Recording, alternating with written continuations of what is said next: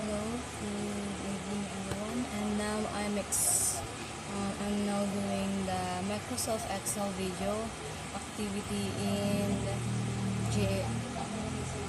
GLEC 2 under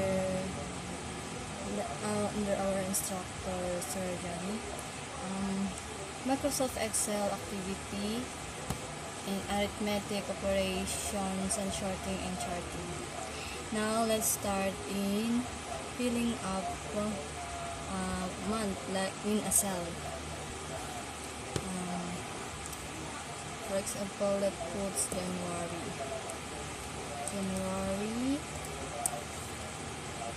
then February, then to autofill that, we need to fill and drag, and it automatically autofill the handler. Kung hindi siya fit dyan, pinutin nyo lang ito yung A and cell. Yan, para makita. Then let's start in cell B, yung numbers naman, like 1, 2, 3. Then fill ulit, fill and drag. Automatically autofill handle. Yan yung magandang ano ng Excel, kasi hindi ka na mahihirapan. Then let's try out 2,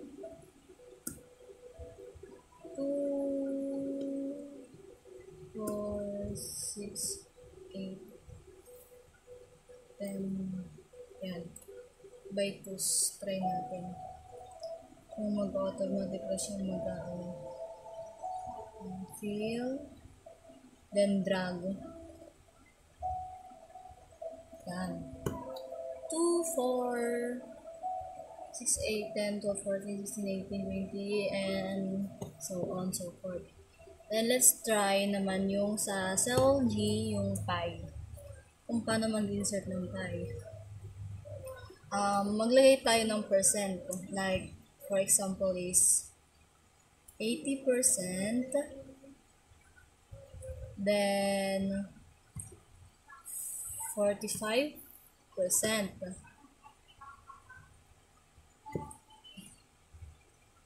Naman, if i-fill mo to, then punta tayo sa insert. Punta tayo sa chart. Yan.